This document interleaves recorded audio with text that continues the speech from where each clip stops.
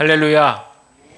우리 주님의 크신 은혜가 이 시간 예배하는 저와 여러분 우리 모두와 또 모든 가정들 위해 함께 하시기를 주님의 이름으로 간절히 축복을 드립니다. 오늘도 전후좌우 바라보시면서 주님 사랑으로 축복합니다. 우리 인사하겠습니다. 시작. 주님 사랑으로 축복합니다. 한 번 더. 주님 사랑으로 축복합니다. 아멘. 감사합니다. 어느 자수성가한 돈이 많은 갑부가 있었어요. 이분이 이제 임종을 앞두고 세 아들들을 다 불러다 놓고 한 자식한테 재산을 다 몰아서 그렇게 물려주려는 생각을 가지고 질문을 한 가지 했습니다.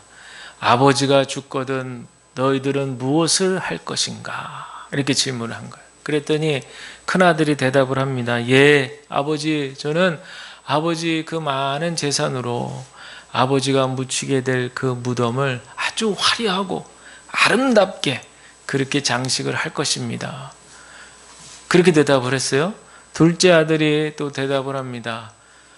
아버지 돌아가시면 그 재산으로다가 지금 이 집이 좀 낡고 헐었는데 이 집을 완전히 새롭게 고쳐서 깨끗하게 아주 좋은 집으로 만들어 놓겠습니다. 다 그렇게 얘기해요. 그리고 이제 막내 아들이 대답을 하는데 막내 아들은 이렇게 대답하는 거예요. 아버지, 저는 형님 둘의 생각과는 다릅니다.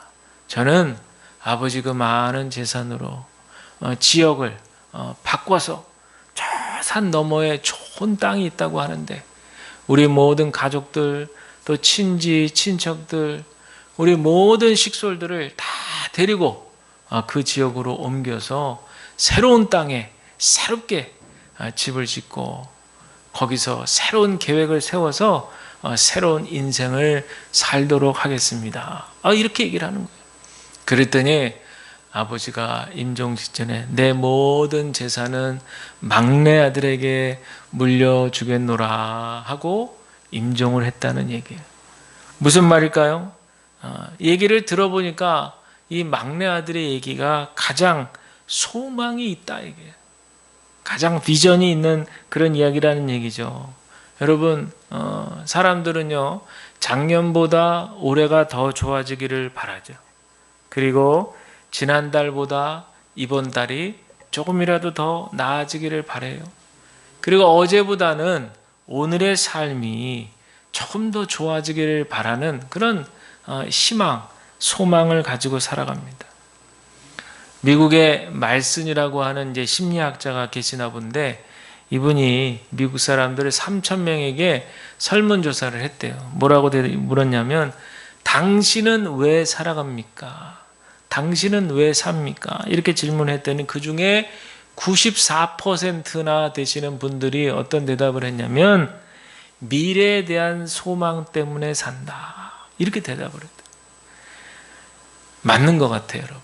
우리 모든 사람들이 살아가는 존재 이유는 소망 때문에 살아갑니다. 오늘 본문의 말씀은 소망에 관한 말씀이거든요. 우리 새해 2023년도를 시작하고 이제 신전 구정을 다 보내고 이제 한 달의 시간을 이제 지나가는데 여전히 우리 현실은 어렵고 또 올해 여러 가지 경제적으로도 고단한 그런 삶이 예상이 되는데 이런 때 과연 소망을 갖는다는 것은 어떤 의미가 있을까? 그리고 우리에게 소망이 있다면 그 소망의 근거가 되는 것은 과연 무엇일까? 오늘 말씀을 통해서 우리가 한번 생각해 보면 좋겠다. 그런 생각이 듭니다. 제가 지난주일에도 잠깐 말씀을 드렸는데요. 고난은 하나님의 확성기다. 이런 말씀 드렸어요. 기억이 나세요? 고난은 하나님의 확성기다. C.S. 루이스라고 하는 분이 말한 유명한 얘기거든요. 이 말을 생각해 보면 왜 고난을 그렇게 하나님의 확성기라고 했는가?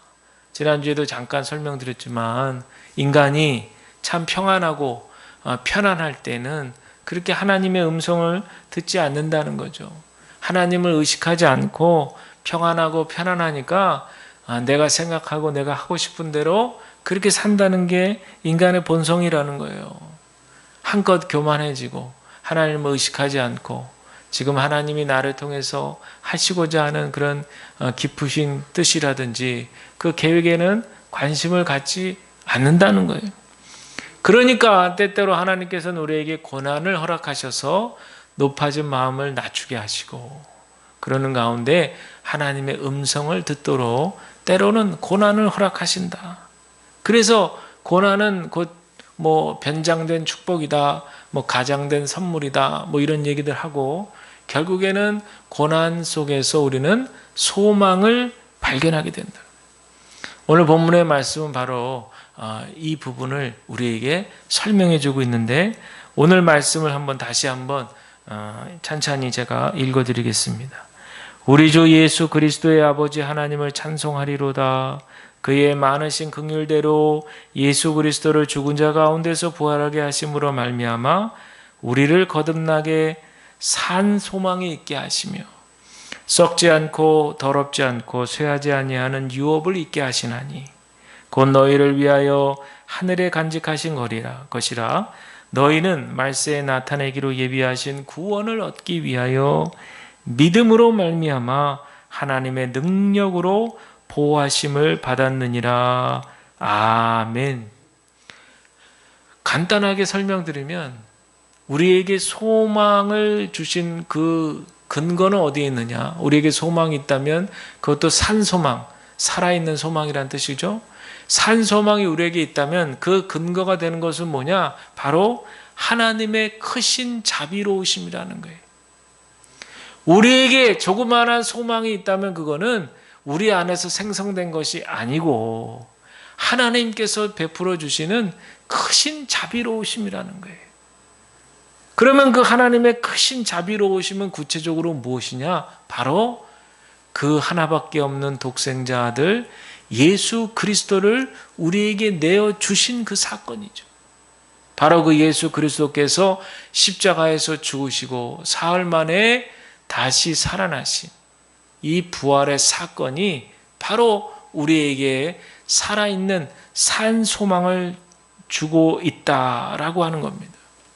그렇다면 왜 예수 그리스도의 부활 사건이 우리에게 살아있는 소망이 되느냐? 그것은 바로 인간 최대 절망이라고 할 수 있는 죽음의 한계를 극복한 사건이 바로 그리스도의 부활 사건이기 때문에 그렇죠.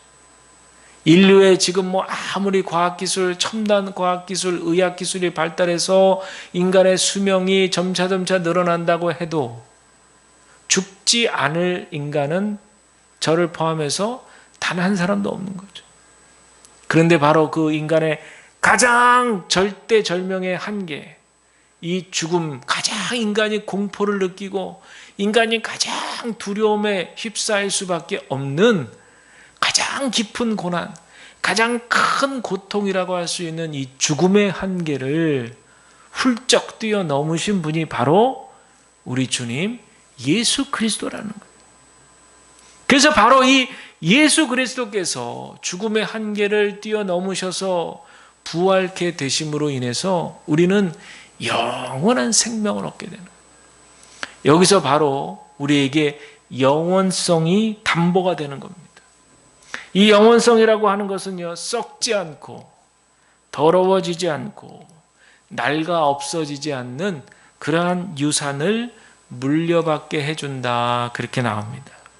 4절에 나오는 이 유업이라고 하는 말은 보통 구약시대 때는 이제 이스라엘 백성들이 가나안 땅에 약속받은 땅을 유업으로 받는다 그러잖아요. 12지파들이 다 12개 지역으로 나눠가지고 땅을 분배받는데, 그때 물리적으로, 육체적으로, 육신적으로 볼 수 있는, 취할 수 있는 그런 땅, 구약시대에는 그 땅을 유업이라고 얘기하죠. 그러나 신약시대에 와서는 그것뿐만 아니라 미래 세대에 약속받은, 새 창조시대에 약속받은 모든 우리 신자들, 우리 그리스도인들이 하나님께로부터 약속받은 그 모든 것들을 유업이다, 우리가 이렇게 상징적으로 이해하고 있습니다. 그렇다면 이 영원성이 담보되어 있는 이 유업이 도대체 우리의 고난 또 우리의 소망과 어떻게 연결이 되는 것인가? 이것은 바로 살아있는 소망으로 연결되는 것인데 예수님의 부활 사건이 신비스러운 단 이례적인 사건만을 얘기하는 것이 아니라 절망을 극복하는 우리에게 보여주는 뚜렷한 증거의 사건이 될 수 있다는 사실을 우리는 기억하며 그것이 바로 우리에게 살아있는 소망을 가져다 준다라고 하는 그 얘기고, 이 소망의 범위는 어디까지인가? 썩지 않고 더럽히지 않고 쇠하지 않는 영원세세 무궁토록 영원성이 담보되어 있는, 그래서 시간이 경과해도 닳아 없어지지 않고 부패하지 않는 바로 그런 영원성이라고 하는 거예요. 이 유업은 결코 시들지도 않고 희미하게 자라지도 않으며 영원토록 아름다움도 잃지 않는 그런 영원성을 담보하고 있다는 거예요.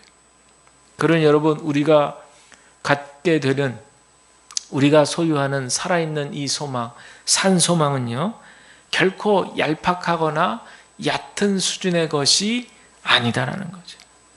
그러니 여러분, 앞서 말씀드린 대로 고난은 하나님의 확성기다라는 말을 이해해보면, 고난을 겪어야만이 하나님께서 베풀어 놓으신, 하나님께서 마련해 놓으신 이 크신 자비로우심으로 인해서 우리는 산 소망을 발견하게 된다.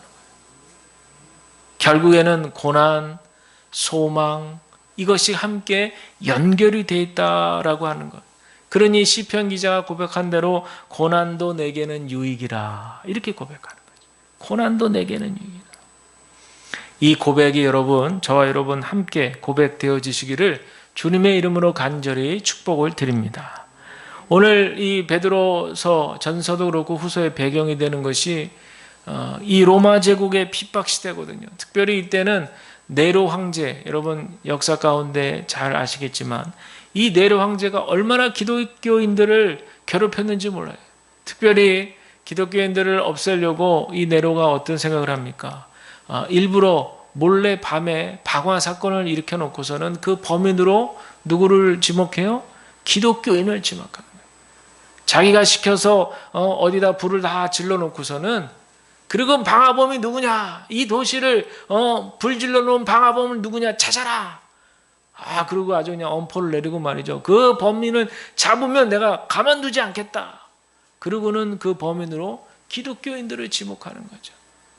저 예수쟁이들, 저자들이 분명히 방화를 일으켰을 것이다. 우리가 저들을 괴롭히고 핍박하니까 이렇게 시내 로마시를 이렇게 불태우는 것이다 하면서 그리스도인들을, 죄도 없는 기독교인들을 다 잡아다가 어떻게 해요? 화형시키는 거죠. 똑같이 시켜주겠다. 그래가지고 그냥 불에다 탁 던져버리는 그런 끔찍한 고난, 이 상황에서 사도 베드로는 우리의 신앙의 의미가 뭔가, 우리 신앙의 성숙, 고난과 연단, 이런 것들을 지금 이 말씀들을 통해서 얘기하고 있습니다. 우리 또한 여러분 이 말씀을 통해서 고난의 의미를 발견해내야 될 줄로 믿습니다. 많은 분들이 옛날에 우리 한국교회 부흥하던 시절을 그리워합니다. 아쉬워해요. 그때로 돌아갔으면 좋겠다, 그런 생각들을 합니다. 더더군다나 코로나를 우리가 한 3년여 그렇게 겪고 나니까 코로나 이전으로 돌아갔으면 좋겠다. 더 나아가서는 예전에 우리 한국교회가 막 폭발적으로 부흥했잖아요. 60년대, 70년대, 80년대 막 그냥 폭발적으로 부흥했을 때, 그때가 이제 정답이라고 생각하고, 그때가 교회는 정답이야. 그렇게 돼야 교회는 정상적인 모습이야. 이렇게 생각을 하고, 지금 막 코로나도 겪고 그러니까 지금은 이제 비정상적이다, 이렇게들 다 생각하고 걱정들을 하는 거예요. 그러나 여러분들, 지금 현실을 보면은 생각하는 것보다 더 심각한 거예요. 젊은이들이 많이 교회를 빠져나갔다는 얘기 많이 들었죠. 또 젊은이들 중에 2명 중에 1명은 다시는 교회 들어오지 않겠다, 이런 대답을 한 사람들이 많습니다. 그러니까 어른들이 볼 때 큰일 났다, 심각하다, 다음 세대들이 교회에 빠져나가는 거 큰 걱정이다, 이렇게 얘기를 합니다. 그러나 여러분, 분명히 알아야 돼요. 지금은 그렇게 초대교회 때도 사도행전 2장에 나오는 부흥의 폭발적인 그런 어떤 사건들, 성경이 66권이고요.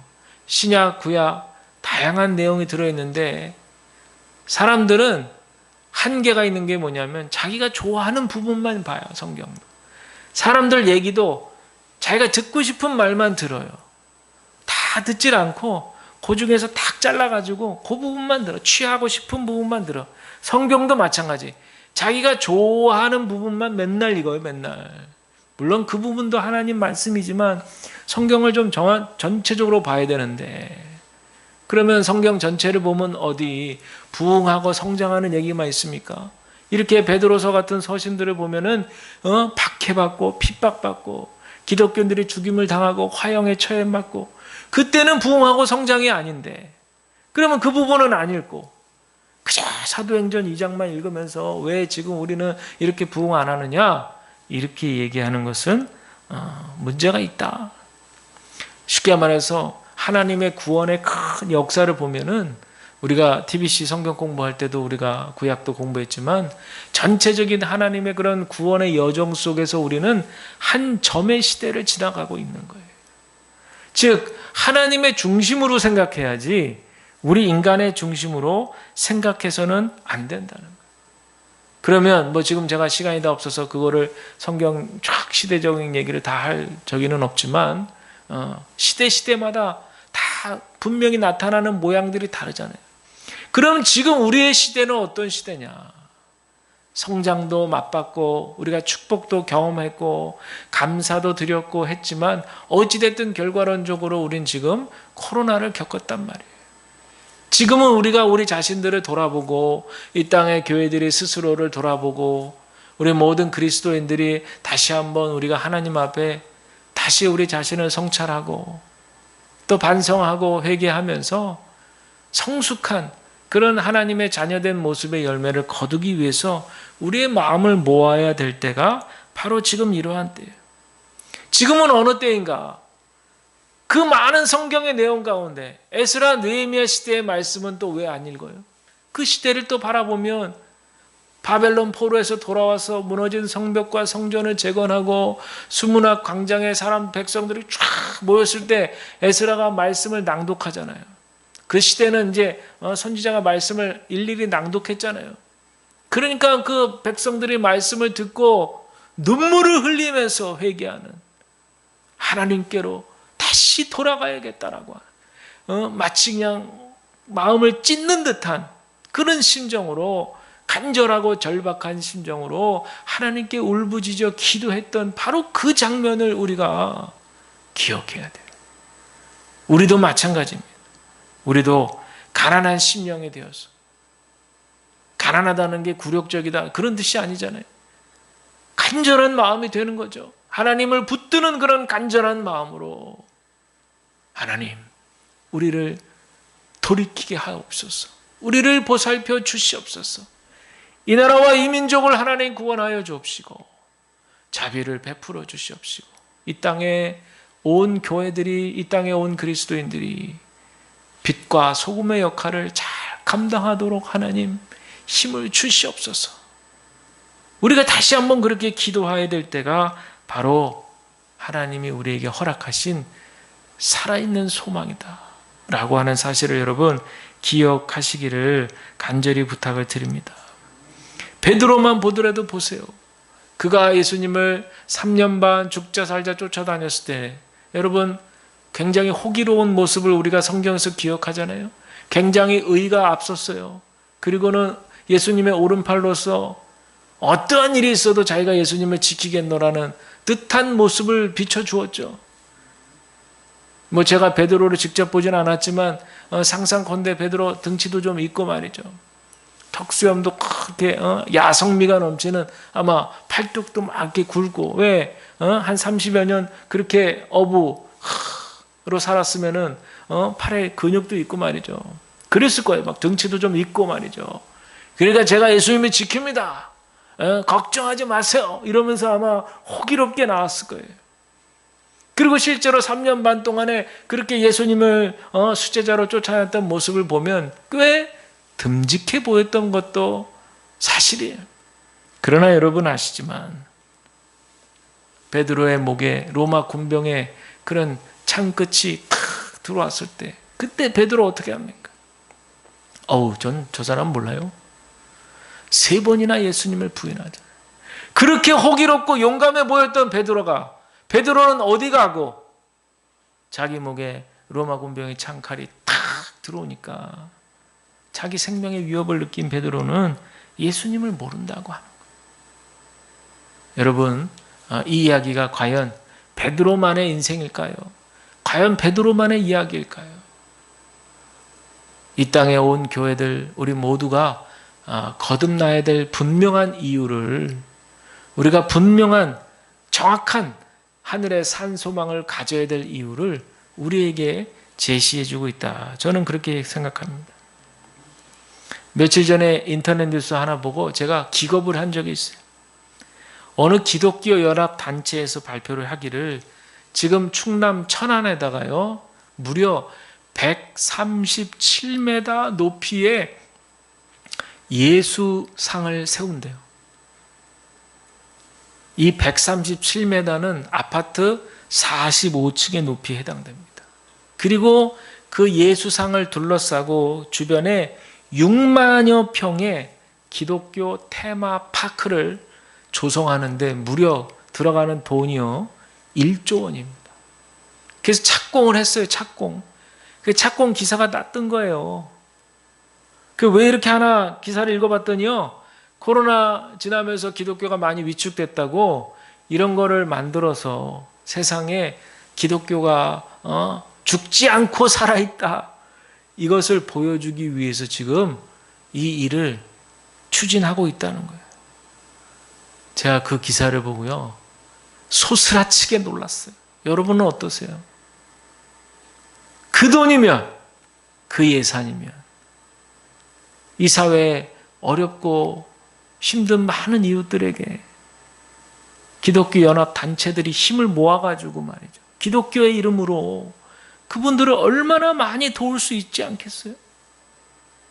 그런데 생각하는 거라고는 여기가 뭐 브라질도 아니고, 물론 기독교 2000년 역사를 공부해 보면 성상에 대해서 깊은 관심을 가지고 유럽이라든지 또 그런 것들을 받아들인, 천주교도 그걸 받아들였고 동방정교에서도 그걸 받아들여서 그래서 실제로 역사 가운데 그런 미술이 많이 발전하고 건축술이 많이 발전했죠. 그러나 그것은 유럽의 문화에서는 그런 것들이 받아들여졌어요. 그러나 우리 문화에서는, 우리 기독교 문화에서는 그것이 그렇게 크게 와닿지는 않잖아요. 반감만 일어날 뿐이죠. 여기가, 어떤 분이 그러더라고요. 여기가 브라질이야? 누가 그래요? 브라질에 큰 그런 상들이 많이 세워져 있잖아요. 무슨 말씀을 드리려는지 여러분 너무나 잘 아실 거예요. 지금 방향성이 전혀 잘못되어 있다는 거예요. 다시 베드로 얘기로 돌아와요. 베드로가, 이 베드로 전후서를 읽어보면 앞서 말씀드린 대로 그때 그렇게 옹졸했던 베드로가 아닌 거예요. 이 베드로 전후서를 읽어보면, 아니 그때 그 예수님 모른다고 했던 베드로의 모습은 온데간데 없고 또 변화되어 있어요. 도대체 베드로는 왜 이렇게 잘 변해? 그리고 베드로가 이렇게 변한 이유가 도대체 뭐야? 라고 생각해보고 성경을 보면 바로 베드로는 부활하신 예수님을 만났기 때문에 그래요. 깜짝 놀랐죠? 예수님 그렇게 십자가 달려 죽으시고 제자들, 베드로 비롯한 제자들이 이제는 예수님 쫓아다닐 수 없으니까, 그러니까 어떻게 해요? 다시 생업으로 돌아가자. 그리고는 오랫동안 묵혀뒀던 그물들을 다 꺼내가지고 손질하고 있었잖아요. 디베레 바닷가에. 그랬는데 부활하신 예수님이 더벅더벅 나타나셔가지고 제자들을 만나는 거죠. 확인이 됩니다. 손과 발에 못자국 그대로 있어요. 허리에 창자국 구멍이 뻥 뚫린 게 그대로 있어요. 근데 분명히 예수님은 살아계시고 말씀을 하고 계시고 우리에게 지금 조반상을 차려서 주고 계시는 거예요. 믿기 어려운 장면인데 현실 앞에 딱 목도한 거예요. 바로 베드로는 부활하신 예수님을 만난 거예요. 그가 변화했던 이유는 무엇이냐? 바로 죽음을 극복하신, 우리 인간의 가장 큰 고통, 가장 가장 큰 두려움, 죽음의 한계를 뛰어넘으신 바로 그 예수님을 만났기 때문에 더 이상 베드로는 이제 죽음이 두렵지를 않는 거예요. 내가 이렇게 예수님 전하다가 로마 군병의 창칼에 찔려 죽어도 나도 예수님처럼 다시 살아날 수 있어 라는 확신과 믿음이 생겼다는 거예요. 이게 바로 베드로를 비롯해서 초대교회 때는 온 그리스도인들이 가지고 있는 살아있는 소망이 된 겁니다.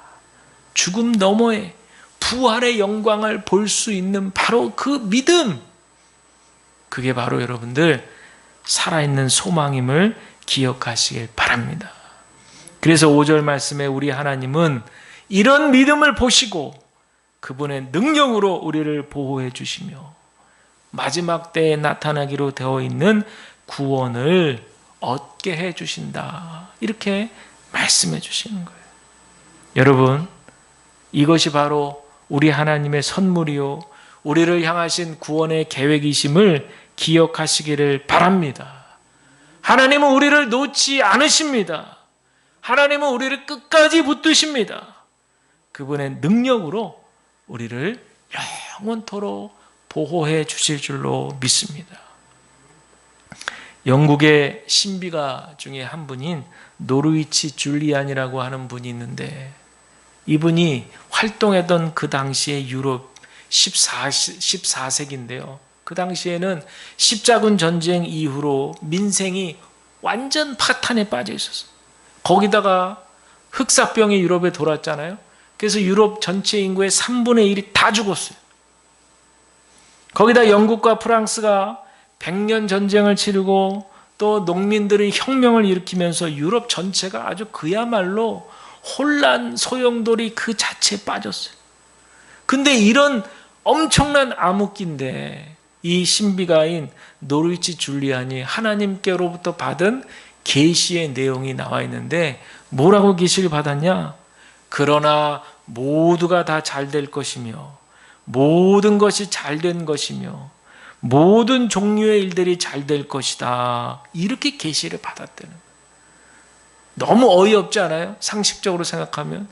지금 우리로 쳐도 이렇게 지금 우리가 힘들고 어려운 때인데 제가 만약에 계시 받았습니다, 그래서 모든 건 잘 될 것입니다, all shall be well, 제가 이렇게 얘기하면 뭐 이렇게 얘기하니까 뭐 그런가 보다 하겠지만 속으로는 목사님이 오늘 좀 뭘 잘못 드셨나 이렇게 생각할 수도 있을 거예요. 근데 여러분, 이 노르위치 줄리안은 모든 것이 잘 될 것이다 라고 하는 하나님의 계시의 말씀을 들었다는 거예요. 그리고 이것을 믿음으로 받았다는 거예요. 왜요? 그 줄리안이 가지는 산 소망은 바로 그 소망의 근거, 어디로부터 이 소망이 출발했나 봤더니 바로 그것은 예수 그리스도의 부활의 역사 가운데 있기 때문에 그래요. 하나님이 베풀어 주시는 지극히 크신 자비로우심은 바로 예수 그리스도의 죽음을 뛰어넘으신 죽음 너머에 영원성이 담보되어 있는 부활의 사건의 기인에 있기 때문에 그래요. 마찬가지입니다. 지금 우리에게 주시는 여러분 소망이 있다면 그 산 소망의 근거는 바로 살아계신 우리 주님 예수 그리스도의 부활의 역사인 것을 기억하시기를 바랍니다. 그렇다면 어떻게 해야 이 예수 그리스도의 부활의 소망으로 살아갈 것인가? 어떻게 하면 살아갈 수 있을까? 한 이야기를 드리고 말씀을 마치려고 합니다. 중세시대 최고의 신학자라고 일컬어졌던 토마스 아퀴나스라고 하는 사람이 있어요. 이 사람이 최고의 신학 서적인 신학 대전이라는 책을 집필했습니다. 이게 왜 이렇게 대단하면요, 그 당시에는 어떤 분위기였냐, 여러분 잘 아시는 플라톤이라든지 아리스토텔레스라든지 이런 철학가들의 사상이 기독교가 얘기하는 신앙보다 더 우월하다라고 평가를 받던 그런 시대였어요. 그래서 그 당시에는 기독교를 설명하려고 해도 철학을 갖다 붙이지 않으면 사람들이 듣지를 않아.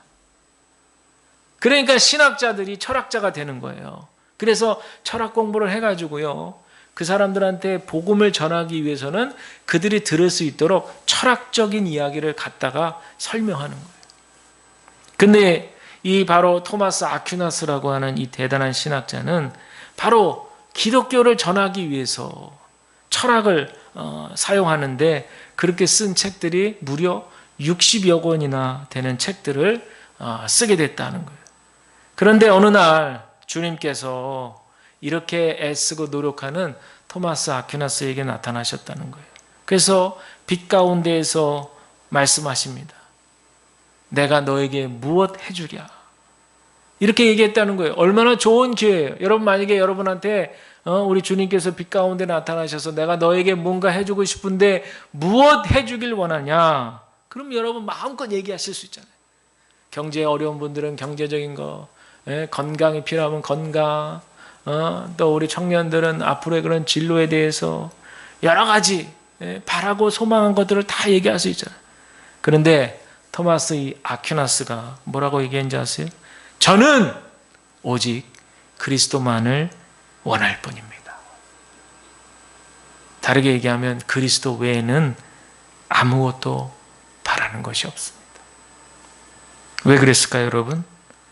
우리 주님 예수 그리스도를 따라가는 삶이 가장 존귀하다고 생각했기 때문에 그래요. 그리고 이 아퀴나스 생각할 때는 그 예수 그리스도 안에 모든 것이 다 들어있다라고 생각했기 때문에 그래요. 그래서 이 토마스 아퀴나스는 두 가지 하나님께로 선물을 받았어요. 하나는 뭐냐면 중세시대 최고의 신학자라는 칭호를 받았고요. 또 하나는 더 나아가서 성인, 거룩한 사람으로 많은 사람들에게 추앙받는 그런 복을 얻게 됐다라고 하는 그런 얘기입니다. 사랑하는 여러분, 우리가 예수님을 믿는다는 것을 한마디로 말한다면 세상에서 가지고 싶었던 소망을 두고 우리 그리스도께 모든 소망의 닻을 내리는 거예요. 세상을 향했던 소망에서 우리 주님 예수 그리스도에게로 모든 소망의 닻을 내리시는 거예요. 그리고는 이것을 염두에 두고 내 스스로를 한번 생각해 보는 거예요. 나는 하루 종일 과연 무엇을 생각하며 살아가는가? 세상적인 생각들에 꽉 채워져 있는가? 아니면 예수님 생각 조금이라도 하고 사는가? 또 내 취미는 어느 쪽으로 향하고 있는가?